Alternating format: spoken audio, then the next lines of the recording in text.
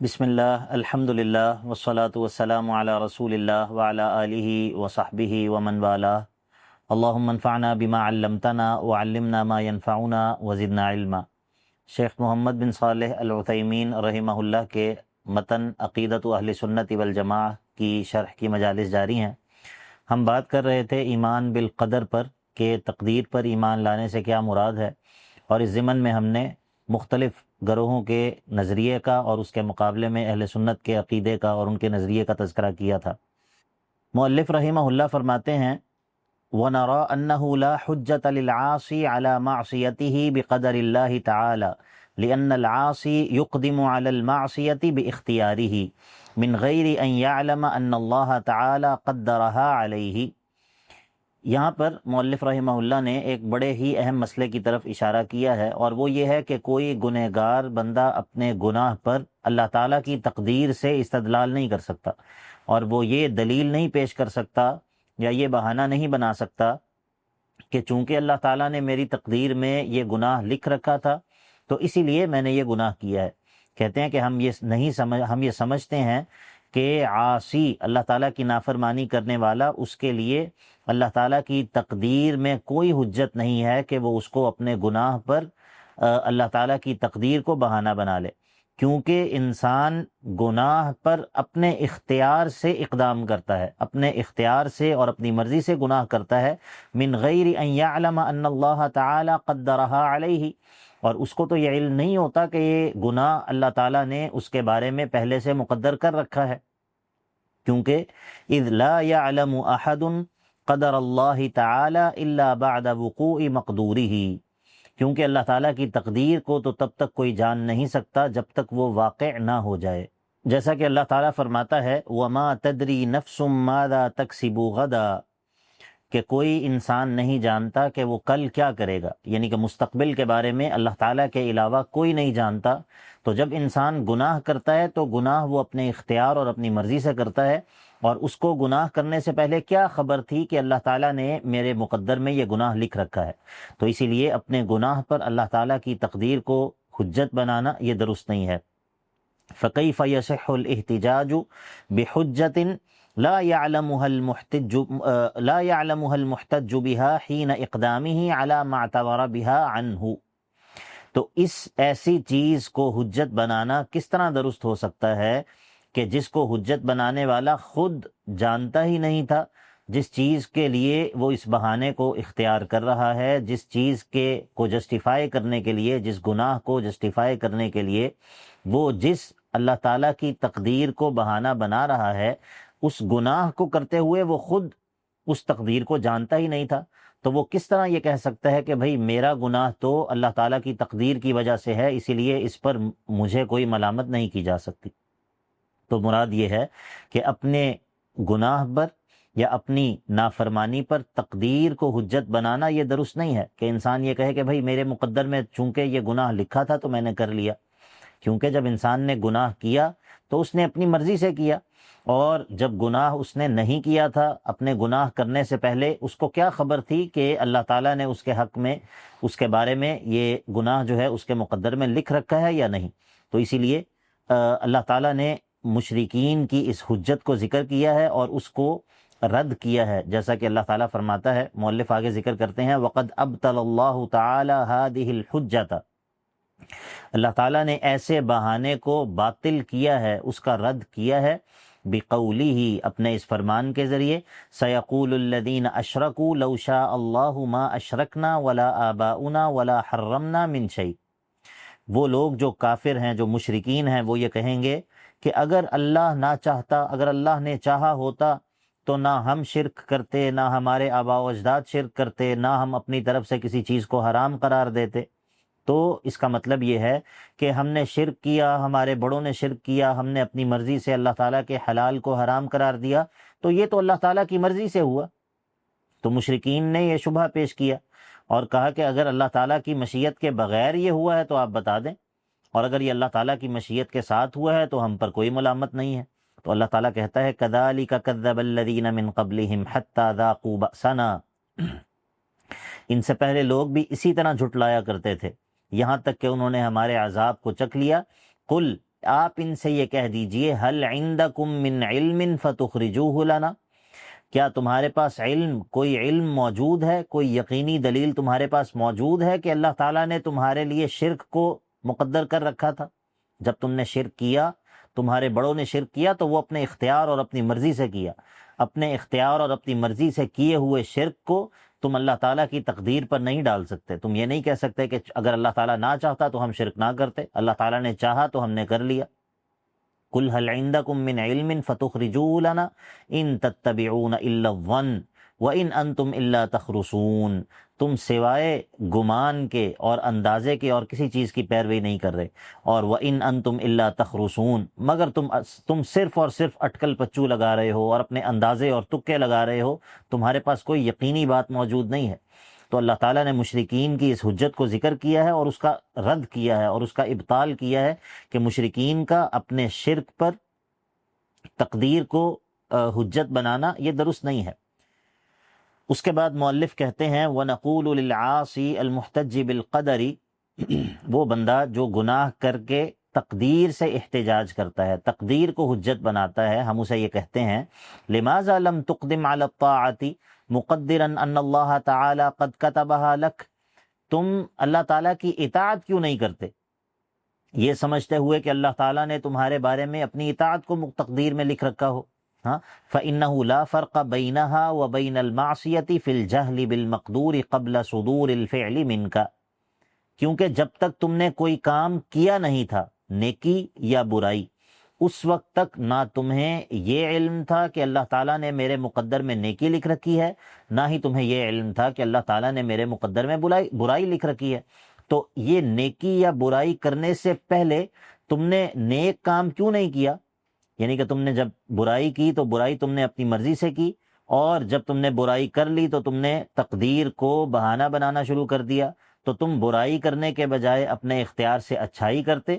جب تم اپنے اختیار سے اور اپنی مرضی سے اچھائی کرتے تو تم جان لیتے کہ اللہ تعالیٰ نے تمہارے مقدر میں اچھائی لکھی ہوئی ہے۔ تو ہم اس سے یہ کہتے ہیں کہ فَإِنَّهُ لَا فَرْقَ بَيْنَهَا وَبَيْنَ الْمَعْصِيَةِ فِي الْجَهْلِ بِالْمَقْدُورِ قَبْلَ صُدُورِ الْفِعْلِ مِنْكَ، تمہارا فعل کرنے سے پہلے برائی میں اور اچھائی میں کوئی فرق نہیں ہے،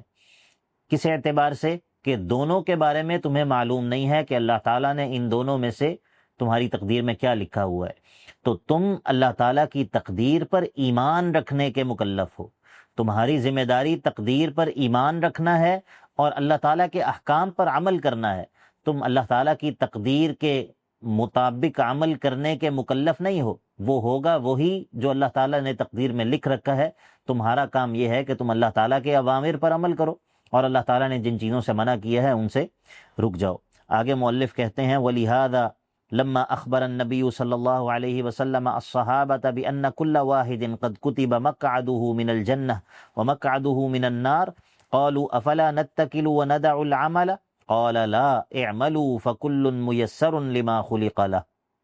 جب اللہ کے نبی صلی اللہ علیہ وسلم نے صحابہ کو بتایا کہ ہر انسان کا جنت میں اور جہنم میں جو اس کا ٹھکانہ ہے یہ پہلے سے لکھ دیا گیا ہے، تو صحابہ نے کہا اے اللہ کے نبی کیا ہم اسی پر اعتماد کرتے ہوئے، اسی پر اکتفا کرتے ہوئے عمل کو چھوڑ نہ دیں؟ پہلے سے لکھ رکھا ہے، عمل کرنے کی کیا ضرورت ہے؟ اللہ کے نبی علیہ الصلوۃ والسلام نے کہا نہیں، بات یہ نہیں ہے، اعملوا، تمہیں عمل کرنا پڑے گا، تم عمل کرو گے فکل میسر لما خلق له، ہر انسان کو وہ اس چیز کی توفیق ملتی چلی جاتی ہے جس کے لیے اللہ تعالیٰ نے اسے تخلیق کیا ہے۔ تو انسان تقدیر پر اعتماد کرتے ہوئے عمل کو چھوڑ نہیں سکتا۔ تقدیر پر ایمان اپنی جگہ ہے اور اللہ تعالیٰ کے اوامر پر عمل کرنا وہ اپنی جگہ ہے۔ انسان اپنے بارے میں یہ نہیں جانتا کہ اللہ تعالیٰ نے اس کے مقدر میں کیا لکھ رکھا ہے، البتہ اس کو اس بات پر ایمان رکھنا ہے کہ اللہ تعالیٰ نے تقدیر میں جو کچھ ہونا ہے وہ لکھ دیا ہے، باقی عمل میں نے اپنے اختیار سے اللہ تعالیٰ کے اوامر پر کرنا ہے۔ جیسا کہ اللہ تعالیٰ نے فرمایا ہے فَأَمَّا مَنْ أَعْطَى وَاتَّقَى وَصَدَّقَ بِالْحُسْنَى فَسَنُيَسِّرُهُ لِلْيُسْرَى وَأَمَّا مَنْ بَخِلَ وَاسْتَغْنَى وَكَذَّبَ بِالْحُسْنَى فَسَنُيَسِّرُهُ لِلْعُسْرَى۔ یہ وہی بات ہے جو کہ اللہ کے نبی علیہ الصلوۃ والسلام نے فرمائی کہ اعملوا فَكُلٌّ مُيَسَّرٌ لِمَا خُلِقَ لَهُ، جو انسان جس چیز کے لیے تخلیق کیا گیا ہے اس کے لیے وہ چیز آسان کر دی جاتی ہے۔ اس کے بعد مؤلف کہتے ہیں وَنَقُولُ لِلْعَاصِي الْمُحْتَجُّ بِالْقَدَرِ، ہم اس گنہگار کو جو گناہ کر کے تقدیر کو بہانہ بناتا ہے، ہم اس سے یہ کہتے ہیں لَوْ كُنْتَ تُرِيدُ السَّفَرَ لِمَكَّةَ وَكَانَ لَهَا طَرِيقَانِ، اگر تم مکہ جانا چاہتے ہو اور مکہ کے دو راستے ہیں، اخبرک الصادق ان احدہما مخوف صعب، ایک سچا آدمی تمہیں بتاتا ہے کہ ان دونوں راستوں میں سے ایک راستہ وہ خطرناک ہے، مشکل ہے، والثانی آمن سہل، اور دوسرا راستہ پرامن بھی ہے اور آسان بھی ہے، فإنک ستسلک الثانی، تم دوسرے راستے کو اختیار کرو گے، ولا يمكن ان تسلك الاول وتقول انه مقدر علی، تم ایسا نہیں کرو گے کہ تم پہلے راستے پر چل پڑو اور کہو کہ بھائی میری تقدیر میں یہ لکھا ہوا ہے، ولو فعلت، اگر تم ایسا کرو گے، لعدک الناس فی قسم المجانین، لوگ تمہیں مجنون خیال کریں گے۔ تو جب تمہیں یہ معلوم ہے، اللہ تعالیٰ نے تمہارے سامنے دو راستے ظاہر کیے ہیں، اچھائی کا راستہ اور برائی کا راستہ، اب ان دو راستوں میں سے تم نے ایک راستہ اپنی مرضی سے اور اپنے اختیار سے چن لیا، اب اس چن لینے کے بعد تم یہ کہنے کا حق نہیں رکھتے کہ یہ میری تقدیر میں لکھا ہوا تھا۔ وَنَقُولُ لَهُ أَيْضًا، ہم اس سے یہ بھی کہتے ہیں لَوْ عُرِضَ عَلَيْكَ وَظِيفَتَانِ إِحْدَاهُمَا ذَاتٌ مُرَتَّبٌ أَكْثَرُ، اگر تمہارے سامنے دو جابز پیش کی جائیں، تمہیں دو اپارچونٹیز دی جائیں، دو موقع تمہیں دیے جائیں، اور ان دونوں میں سے ایک ایسا ہو کہ جس میں تنخواہ بہت زیادہ ہو، تو فَإِنَّكَ سَوْفَ تَعْمَلُ فِيهَا دُونَ النَّاقِصَةِ، تم اس کو اختیار کر لو گے اور کم اجرت والی جاب کو چھوڑ دو گے۔ فَكَيْفَ تَخْتَارُ لِنَفْسِكَ فِي عَمَلِ الْآخِرَةِ مَا هُوَ الْأَدْنَىٰ، تو تم آخرت کے معاملے میں کم تر چیز کو اختیار کس طرح کرتے ہو، اور ثُمَّ تَحْتَجُّ بِالْقَدَرِ، اور پھر تقدیر کو بہانہ بناتے ہو۔ وَنَقُولُ لَهُ أَيْضًا، اسی طرح ہم اس سے یہ بھی کہیں گے کہ نَرَاكَ إِذَا أَصَبْتَ بِمَرَضٍ جِسْمِيٍّ، ہم تمہیں دیکھتے ہیں کہ جب تمہیں کوئی جسمانی مرض ہوتا ہے تو طرقت باب کل طبیب لعلاجک، تم ہر ڈاکٹر کا دروازہ کھٹکھٹاتے ہو اپنے علاج کے لیے، وصبرت علی ما ینالک من الم عملیۃ الجراحہ وعلی مرارۃ الدواء، اور تم آپریشن کی تکلیف پر اور دوائی کی کڑواہٹ پر صبر بھی کرتے ہو، فلماذا لا تفعل مثل ذلك فی مرض قلبک بالمعاصی، تو تم اپنے گناہوں سے بیمار ہو جانے والے دل کے معاملے میں ایسا کیوں نہیں کرتے؟ وَنُؤْمِنُ بِأَنَّ الشَّرَّ لَا يُنْسَبُ إِلَى اللَّهِ تَعَالَى، آگے مؤلف نے ایک اور بات کی ہے، وہ یہ بات ہے کہ ہم باوجود اس کے کہ ہم تقدیر پر ایمان رکھتے ہیں اور اس کائنات کے اندر ہونے والی ہر چیز وہ اللہ تعالیٰ کی مشیت اور اللہ تعالیٰ کے ارادہ کونیہ کے ذریعے ہوتی ہے، اللہ تعالیٰ کی بادشاہت میں، اس کی مملکت میں کوئی چیز بھی اس کے کونی ارادے کے بغیر اور اس کی مشیت کے بغیر نہیں ہو رہی ہوتی، لیکن اس کے ساتھ ساتھ ہم یہ ایمان رکھتے ہیں بِأَنَّ الشَّرَّ لَا يُنْسَبُ إِلَى اللَّهِ تَعَالَى، شر کی نسبت اللہ تعالیٰ کی طرف نہیں کی جاتی، لِكَمَالِ رَحْمَتِهِ وَحِكْمَتِهِ، کیونکہ اللہ تعالیٰ کمال رحمت سے اور کمال حکمت سے متصف ہے۔ اللہ تعالیٰ کا رحم، اللہ تعالیٰ کی رحمت، وہ رحمت کاملہ ہے اور وہ اس کے غضب پر حاوی ہے، اور اللہ تعالیٰ الحکیم ہے، وہ حکمت والا ہے، اس کی ذات الحکیم ہے، اس کے اقوال، اس کے افعال، اس کے اوامر، اس کی نازل کی ہوئی شریعت، یہ تمام چیزیں حکمت والی ہیں، تو یہ ممکن نہیں ہے کہ ہم شر کی نسبت اللہ تعالیٰ کی طرف کریں، جیسا کہ اللہ کے نبی صلی اللہ علیہ وسلم نے فرمایا، وقال النبی صلی اللہ علیہ وسلم والشر لیس الیک، شر کی نسبت اے اللہ تیری طرف نہیں کی جاتی، رواہ مسلم۔ فنفس قضاء اللہ تعالی لیس فیہ شر ابدا، اللہ تعالیٰ کا فیصلہ، اللہ تعالیٰ کی قضا، اس میں